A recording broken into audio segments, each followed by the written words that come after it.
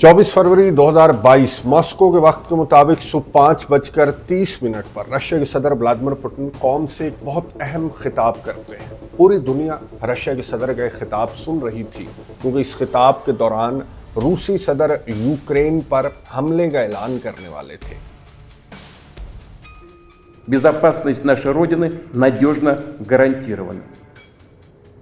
Верю в вашу поддержку, в ту непобедимую силу, которую дает нам наша любовь к Отечеству. Putin का खिताब खत्म होने से पहले ही रूसी टैंकों के मीलों लंबे कॉन्वॉय यूक्रेन के अंदर दाखिल हो चुके थे और यूं यूक्रेन में रशिया के स्पेशल मिलिट्री ऑपरेशन का आगाज हुआ। Russia has invaded Ukraine, advancing on this country in several directions. Early this morning, we heard explosions here in the capital Kiev and in other major cities. तैयारियों से भरपूर ताकतवर रूसी हमला देखकर लग यूं रहा था कि ज्यादा से ज्यादा 4 दिन और यूक्रेन की कहानी खत्म, लेकिन आज यूक्रेन जंग को 4 साल मुकम्मल हो गए और पिक्चर अभी बाकी है।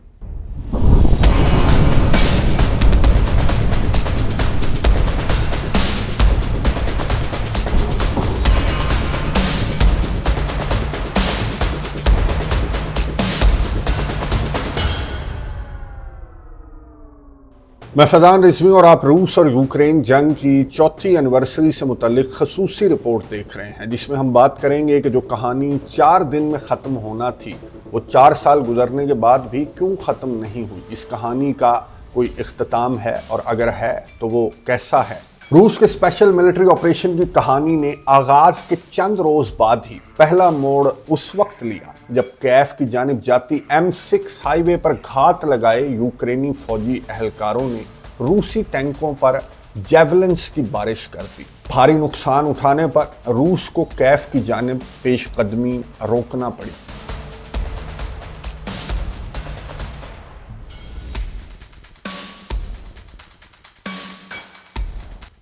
लेकिन रूस के सदर व्लादिमीर पुतिन फौजें पीछे हटाने की वजह मार्च 2022 में तुर्की इस्तांबुल में होने वाले मुज़ाकरात को करार देते हैं, जिसमें यूरोप ने रूस के मुतालबात मानने से कबल फौजें पीछे हटाने की शर्त रखी। रूस ने फौजें पीछे हटाईं और यूरोप मुआहदे से पीछे हट गया।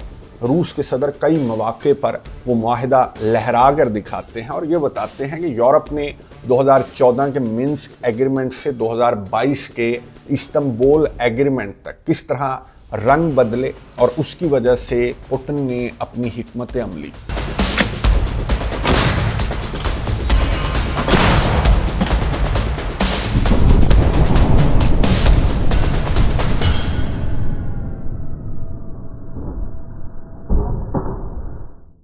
यूक्रेन के दारुल हुकूमत से पीछे हटने के बाद रूसी फौजें मशरकी यूक्रेन यानी डॉनबास की सिमत बढ़ने लगी, लेकिन यूक्रेन की तैयारियां और नेटो की इन्वॉल्वमेंट देखते हुए यहाँ पर भी पेशकदमी मुश्किल तो थी लेकिन नामुमकिन नहीं। नेटो ममालिक एक एक करके पुतिन की रेड लाइन्स को क्रॉस करते रहे और पुतिन की फौजें एक एक करके मशरकी यूक्रेन के इलाकों पर अपना झंडा गाड़ती रहीं।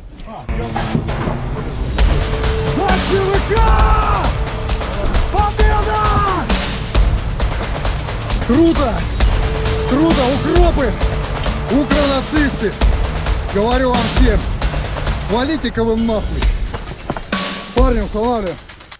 30 सितंबर 2022 को क्रेमलिन में एक रंगारंग तकरीब के दौरान रशिया के सदर व्लादिमीर पुतिन ने डॉनबास यानी डोनेट्स्क, लुहांस्क, ज़पोरिजिया और खर्सन को रूस में ज़म करने का बाकायदा ऐलान कर दिया।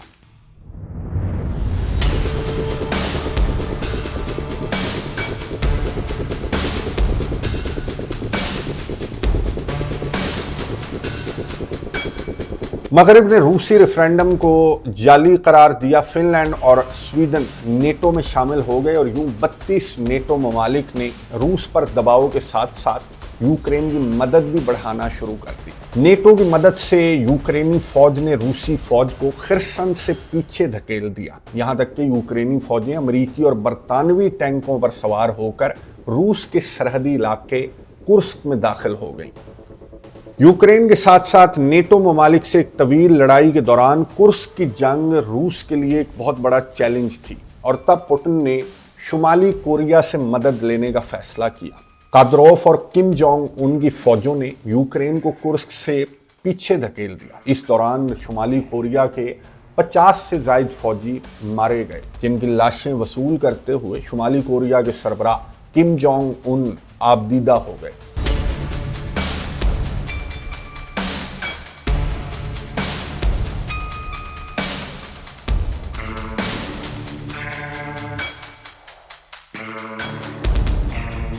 लेकिन नम आंखों के साथ भी किम जोंग उन ने आखिरी दम तक रूस का साथ देने का ऐलान किया।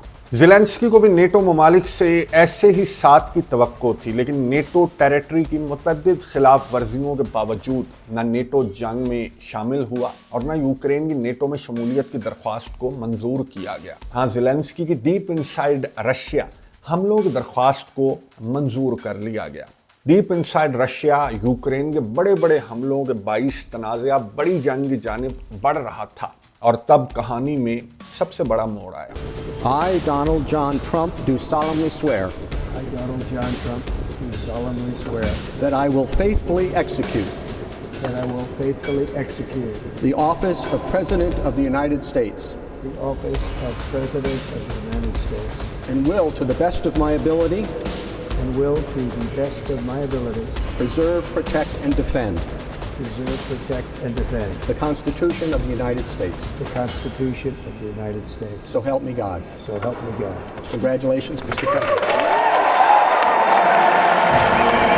यूक्रेन जंग को एक दिन में बंद करने का दावा लिए डोनाल्ड ट्रंप अमेरिका के सदर बन गए। उन्होंने यूक्रेन को पैसे देने की बजाय यूक्रेन से पैसे वापस लेना शुरू कर दिए। ज़ेलेंस्की पर जंग बंद करने के लिए ट्रंप का शदीद दबाव दंगल में तब्दील हो गया।